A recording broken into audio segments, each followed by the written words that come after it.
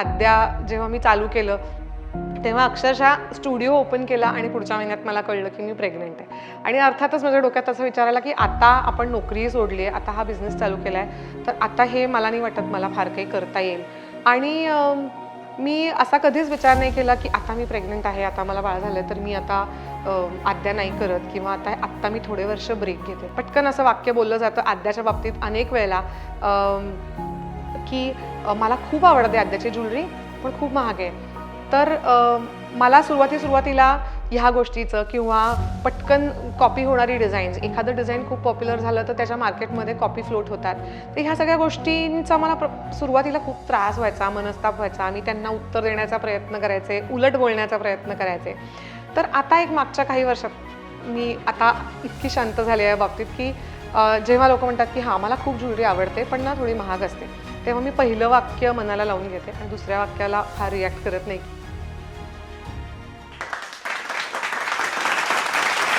Hello नमस्कार, मी सायली मराठे आणि मी आज माझा ब्रँड आद्याबद्दल थोडंसं तुमच्याशी बोलणार आहे. पहिले आपण माझ्या लहानपणापासून सुरुवात करूयात. मी इंग्लिश मराठी अशा अर्धवट मीडियममध्ये काही वर्ष शिकले आणि मला कायमच खूप अशा क्रिएटिव्ह गोष्टी करायला खूप आवडायच्या. पण मी इंजिनिअरिंग केलं. I think that's a routine. Engineering केलं, एक 10-11 वर्ष नोकरी केली SAPमध्ये आणि ते करत असताना मी काही वेळेला बाहेरच्या देशात गेली असताना खूप वेळ मिळायचा कारण ऑफिस लवकर संपायचं. तर मी तिकडे बीडेड ज्वेलरी करायला सुरुवात केली आणि तिथून आद्याचा ॲक्च्युली जन्म झाला. पण मी नोकरी करत असल्यामुळे मला असं कधी वाटलं नाही की आपण एखादा बिझनेस चालू करू किंवा आपण सिल्वर ज्वेलरी बनवूयात आणि तेच आपलं एक फुल टाईम करिअर होऊ शकतं. मी माझ्या नोकरीबरोबर साईड बाय साईड कुठलं मॉलमधलं एक्झिबिशन किंवा जिममध्ये काहीतरी गेट टुगेदर आहे तेव्हा एक्झिबिशन, असं मी एक टेबल घेऊन स्वतःच्या हाताने बनवलेली ज्वेलरी असं मी आद्या नावाचं एक प्रोजेक्ट फेसबुकवरती चालू केलं. आणि ज्याला म्हणतात की आपल्याला काही कळण्याच्या आत त्या पेजवरती साधारण 2.5 लाख लोक होती आणि प्रॉबेबली तेव्हा मला असं रिअलाईज झालं की मे बी ह्याच्यामध्ये काहीतरी तथ्य आहे किंवा मी जे करते ते मी कदाचित फुल टाईम करू शकते. आणि मी हे नेहमी सुरुवातीलाच सांगते कारण खूप लोकांना असं वाटतं की खूप स्ट्रॅटेजी करून खूप प्लॅनिंग करून मगच हा बिझनेस चालू झाला आहे. तर असं अजिबात नाही आहे. मी 2013 साली फेसबुकवरती आद्याचं पेज चालू केलं आणि त्यावेळेला फेसबुकवरती काहीतरी पेज काढून गोष्टी विकणं ही खूपच म्हणजे रेअर गोष्ट होती आणि फार लोक तसं काही करत नव्हती. कदाचित मला तो ॲडव्हान्टेजही मिळाला असेल. तर मी स्वतः बनवलेल्या गोष्टी मी फेसबुकच्या पेजवर माझ्या फेसबुकवरती सतत टाकायचे आणि त्यातून हा रिस्पॉन्स वाढत गेला. साधारण भारतभरातल्या सगळ्या राज्यात आणि भारताच्या बाहेर 40 देशांमध्ये आता आद्याची ज्वेलरी जाते. पण मी म्हटलं तसं ह्याची सुरुवात अगदी बाय ॲक्सिडेंट, ज्याला आपण मराठीत छंद म्हणतो त्या पद्धतीनं चालू झालं होतं. आणि मग 2014 साली साधारण 1-1.5 वर्षात जेव्हा वेबसाईट आमच्या पेजवरती 2.5 लाख लोकं आली तेव्हा आम्ही असं ठरवलं की आता वेबसाईट चालू करायची. आणि मग 2014 नोव्हेंबरमध्ये आम्ही आद्याची वेबसाईट चालू केली. मी जेव्हा आद्या चालू केलं तेव्हा अर्थातच चांदीतली इन्व्हेस्टमेंट किंवा चांदीचं काहीतरी करूया असं माझ्या डोक्यात नव्हतं. मी स्टोन्सचा रिसर्च करून त्यातल्या त्यात चांगले प्रेशियस, सेमी प्रेशियस स्टोन्स आणून लोकांना त्यांच्या आउटफिट्सवरती मॅच होतील अशी ज्वेलरी बनवत होते आणि तेच त्याचं स्वरूप होतं.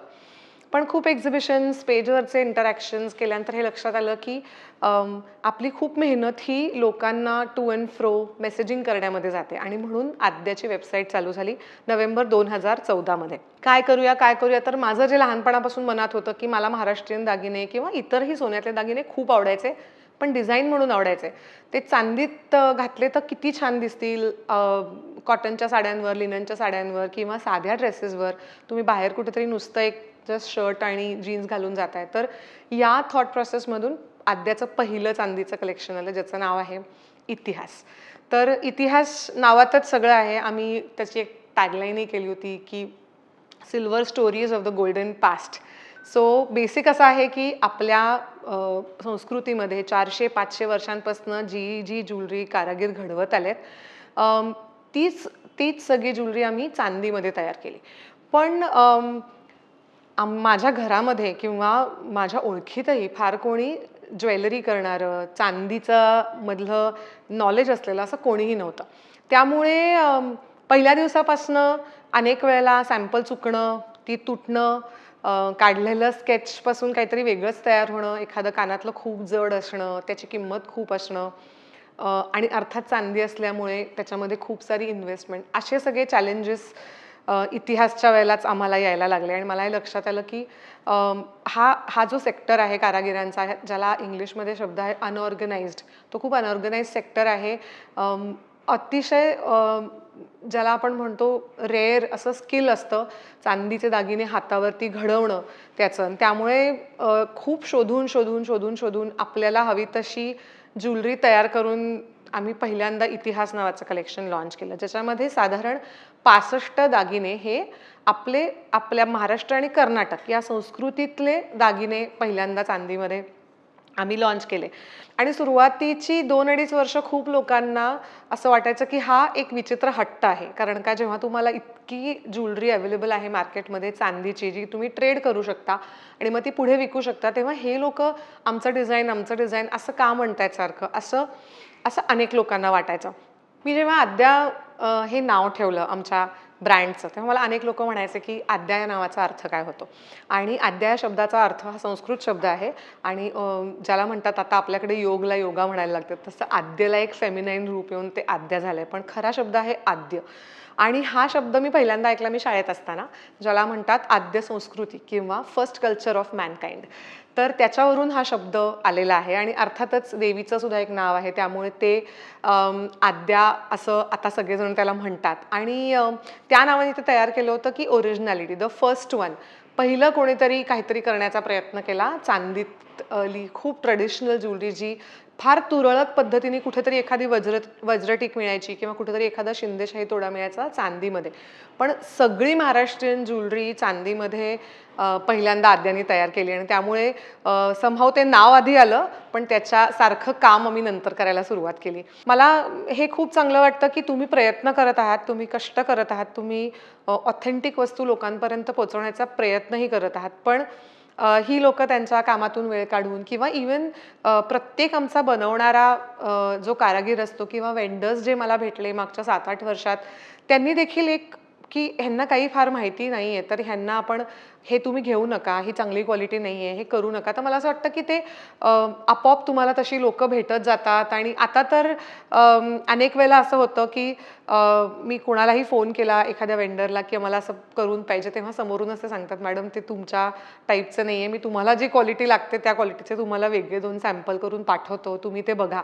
तर मला वाटतं की दरवेळेला यश हे तुम्हाला फॉलोअर्स किती आहेत किंवा रेव्हेन्यू किती झालाय, ह्या सगळ्या गोष्टी महत्त्वाच्या आहेतच. पण खरं यश किंवा खरी मज्जा ही एखाद्या बिझनेसची ह्या गोष्टींमध्ये खूप लपलेली असते की समोरूनही लोक तुमच्या ब्रँड प्रमाणे तुमच्याशी बोलून तुम्हाला त्या पद्धतीच्या गोष्टी बनवून देणे ही त्यांनाही त्यांची जबाबदारी वाटते. तर मला वाटतं की हे खूप महत्त्वाचं आहे. आणि अजून एक गोष्ट खूपच महत्त्वाची, आद्या जेव्हा मी चालू केलं तेव्हा अक्षरशः स्टुडिओ ओपन केला आणि पुढच्या महिन्यात मला कळलं की मी प्रेग्नंट आहे. आणि अर्थातच माझ्या डोक्यात असं विचार आला की आता आपण नोकरीही सोडली आहे, आता हा बिझनेस चालू केला आहे, तर आता हे मला नाही वाटत मला फार काही करता येईल. पण त्याला जे म्हणतात की माझा मुलगा आणि आद्या हे दोन्ही अक्षरशः एकाच वयाचे आहेत, एकाच बरोबर मोठे झालेले आहेत. आणि मी असा कधीच विचार नाही केला की आता मी प्रेग्नंट आहे, आता मला बाळ झालं, तर मी आता आद्या नाही करत किंवा आत्ता मी थोडे वर्ष ब्रेक घेते. तर असा विचार मी नाही केला, कारण का मला सतत असं वाटत राहायचं की त्यालाही ते समजायला लागेल, त्यालाही हळूहळू कळेल की आपली आई काय करते, आपला स्टुडिओ म्हणजे काय, आपले दागिने म्हणजे काय, आपला बिझनेस म्हणजे काय, आपण ऑनलाईन ज्वेलरी विकतो म्हणजे काय विकतो. आणि त्यामुळे तो प्रवास खूप इंटरेस्टिंग आहे की ज्याच्यामध्ये तुम्ही घरच्या सगळ्यांनाही त्याचा एक भाग बनवता. आणि आई-वडील हा पण खूप मोठा फॅक्टर आहे. कारण का पहिले तर इंजिनिअरिंग करून नोकरी करणारी आपली मुलगी आता हे सगळं सोडून आता दागिने का विकायला लागले, असंच आमच्या घरात अर्थातच पहिले प्रश्न सगळ्यांना पडले होते. पण ओव्हर टाईम जेव्हा तुम्ही सतत ती गोष्ट करत राहता, सतत त्या गोष्टीबद्दल बोलत राहता आणि दिसायला लागतं की हे कष्ट किंवा हे मेहनत ह्याला येणारा रिस्पॉन्स, तेव्हा घरून ज्या पद्धतीचा न बोलता सपोर्ट मिळतो तो खूप महत्त्वाचा असतो. कारण ती सगळी धडपड किंवा त्या लहान मुलाला काही वेळेला सोडून आपलं आपण काम करणं, ह्या सगळ्यामध्ये जर तुम्हाला घरून एक प्रोटेक्टेड वातावरण नसेल तर ते करणं हा खूप मोठा स्ट्रगल असतो. आणि मी त्या बाबतीत भाग्यवान आहे की तो स्ट्रगल मला नव्हता. मला कायम मुलाला सांभाळून आणि मुलाचं सगळं बघून सगळ्या गोष्टी करता येत होत्या आणि मला असं वाटतं की त्यालाही आता ते खूप चांगल्या पद्धतीने कळायला लागलंय. पण ह्या सगळ्यामध्ये एक चॅलेंज असा नेहमी मला स्वतःला खूप वाटतो की लोकं पटकन काहीतरी बोलून जातात तुमच्या बिझनेसविषयी किंवा तुमच्या डिझाईन्सविषयी किंवा पटकन असं वाक्य बोललं जातं आद्याच्या बाबतीत अनेक वेळेला, की मला खूप आवडते आद्याची ज्वेलरी, पण खूप महाग आहे. तर मला सुरुवातीला ह्या गोष्टीचं किंवा पटकन कॉपी होणारी डिझाईन्स, एखादं डिझाईन खूप पॉप्युलर झालं तर त्याच्या मार्केटमध्ये कॉपी फ्लोट होतात. तर ह्या सगळ्या गोष्टींचा मला सुरुवातीला खूप त्रास व्हायचा, मनस्ताप व्हायचा. मी त्यांना उत्तर देण्याचा प्रयत्न करायचे, उलट बोलण्याचा प्रयत्न करायचे. तर आता एक मागच्या काही वर्षात मी आता इतकी शांत झाली आहे या बाबतीत की जेव्हा लोकं म्हणतात की हां, मला खूप ज्वेलरी आवडते, पण ना थोडी महाग असते. तेव्हा मी पहिलं वाक्य मनाला लावून घेते आणि दुसऱ्या वाक्याला फार रिॲक्ट करत नाही की ॲटलीस्ट मी असं काहीतरी बनवते ज्याला लोकं हे नाही म्हणत की चांगली पण नाही आहे आणि खूप महाग पण असते. तर मी नेहमी हा विचार करते की अच्छा, म्हणजे ही आवडती आहे. ह्याच्यामध्ये एक ॲस्पिरेशनल व्हॅल्यू आहे आणि हे कुठल्याही एंटरप्रेन्योरसाठी एक चांगलं इनपुट पण आहे. 2020 मध्ये आपण सगळ्यांनी एक खूप मोठं संकट जगभरात सगळ्यांनी अनुभवलं, जे होतं कोविड. आणि अर्थातच आम्ही काही एक्सेप्शन नव्हतो. आम्हालाही सुरुवातीचे काही दिवस कळलंच नाही की करायचं काय. आता आपण स्टुडिओला जाऊ शकत नाही, तर आपण कुठल्या पद्धतीने हे चालू ठेवूयात. तेव्हा आम्हाला सोशल मीडियाचा खूप उपयोग झाला. कारण का पहिले 40 दिवस तर सगळं बंद होतं आणि कुणालाच माहिती नव्हतं हे कधी चालू होणार आहे किंवा काय. तेव्हा मी आमच्या Instagramच्या थ्रू, Facebookच्या थ्रू जास्तीत जास्त लोकांपर्यंत पोहोचण्याचा प्रयत्न करत होते. कारण मला तेव्हा हेच सांगायचं होतं सगळ्यांना की जे छोटे बिझनेसेस आहेत, ज्याच्यामध्ये एक 20-22 लोकं काम करतात, जिथे एक असं खूप कुटुंबासारखं बिझनेस रन होतो. अशा लोकांकडे काही खूप कॅश साठवलेली आहे किंवा खूप बॅकअप आहे असं नसतं. तर तुम्ही जर आमचे प्रॉडक्ट ऑनलाईन घेत राहिलात, कारण का वेबसाईट असल्यामुळे बिझनेस 24/7 चालू असतो. तर तुम्ही जे आमचं प्रॉडक्ट घेत राहिलात, तर आमच्यासारखे बिझनेसेस पुन्हा ओपन होऊ शकतात. आणि मी हा मुद्दा दरवेळेला सांगते की आद्याची जी काही प्रगती झाली, म्हणजे on the scale of 0 to 10 समजा आम्ही आत्ता 3 किंवा 4ला असू, तर त्या प्रगतीतलं 90% कॉन्ट्रिब्युशन हे वस्तू विकत घेणाऱ्या, त्याच्यावर प्रेम करणाऱ्या आणि त्याच्याबद्दल अगदी भरभरून बाहेर बोलणाऱ्या लोकांचं कॉन्ट्रिब्युशन हे 90% आहे. कारण कम्प्लिटली अननोन माणूस, कम्प्लिटली अननोन फील्ड असताना देखील त्या फीडबॅकमुळे आम्ही आत्तापर्यंत जे काही केलं ते करू शकतो आणि ह्यापुढेही त्याचमुळे आम्ही करू शकणार आहोत, असं मला खूप वाटतं. कोविडमध्ये 40 दिवसांनी आम्ही ई-कॉमर्सचा लायसन्स घेऊन जेव्हा आमचं दुकान पुन्हा ओपन केलं, तेव्हा आमच्याकडे 450 ऑर्डर ऑलरेडी त्या 40 दिवसांमध्ये आलेल्या होत्या. आणि मला असं वाटतं की त्या प्रत्येक ऑर्डरच्या वेळेला आम्ही पॅक करताना एक पत्र लिहून सगळ्या क्लायंट्सना पाठवलं होतं की तुम्ही आज आमच्याकडून हे घेताय, म्हणून आम्ही कॉन्फिडंट आहोत की आम्ही कोविडनंतर सुद्धा आमचा स्टुडिओ ओपन करू, आमची ऑपरेशन्स चालू राहतील. आणि मला नेहमी सांगायला खूप छान वाटतं की कोविडच्या पहिल्या आणि दुसऱ्या फेजमध्ये आम्ही आमचा दुसरा स्टुडिओ सोडून आत्ता जो आमची मोठी जागा आहे पुण्यामध्ये, त्या स्टुडिओमध्ये शिफ्ट झालो. आणि कधी-कधी मलाही खूप आत जाताना विश्वास बसत नाही की आपण हे कोविडमध्ये केलं का? मला एक प्रश्न नेहमी विचारला जातो की तुम्ही काय सांगाल तुमच्या आत्तापर्यंतच्या प्रवासावरून? तर मी नेहमी हे सांगते की कुठलाही बिझनेस जर तुम्हाला चालू ठेवायचा असेल, तर पहिली 3-3.5 वर्ष खूप क्रुशियल असतात. त्याच्यामध्ये प्लीज गिव्ह अप करू नका. कितीही प्रॉडक्ट्स नाही विकले गेले, कितीही स्टॉक नाही विकला गेला, सोशल मीडियावर रिस्पॉन्स नाही आला, तरी कन्सिस्टन्सी, रोज उठून त्या गोष्टी करत राहणं, रोज उठून काहीतरी पोस्ट करत राहणं, रोज उठून एक नवीन कॉन्टेंट तयार करणं, आपल्या नवीन प्रॉडक्ट्स तयार करणं आणि त्याच्याविषयी सतत बोलत राहणं हे खूप महत्त्वाचं आहे. कारण का त्या कष्टाला, त्या मेहनतीला काहीच पर्याय नाही आहे. त्यामुळे मला असं मी नेहमी हे सांगते की अजिबात थांबून राहू नका किंवा अडकून पडू नका. सारखं सारखं काही ना काहीतरी क्रिएट करत राहा. जर तुमचा क्रिएटिव्हिटी ओरिएंटेड बिझनेस असेल तर. आणि दुसरी आणि सगळ्यात महत्त्वाची गोष्ट म्हणजे मदत मागणं खूप महत्त्वाचं आहे.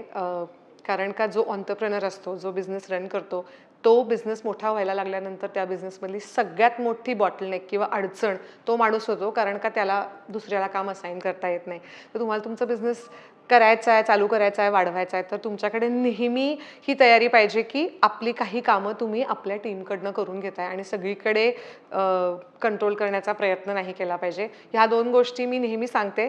आणि सगळ्यात महत्त्वाचं गोष्ट म्हणजे खूप ऑनेस्टली आणि ट्रान्सपरंटली तुमची स्टोरी, तुमचा जो काही प्रवास आहे तो सतत तुमच्या क्लायंट्सबरोबर, तुमच्यावर प्रेम करणाऱ्या लोकांबरोबर शेअर करत राहा.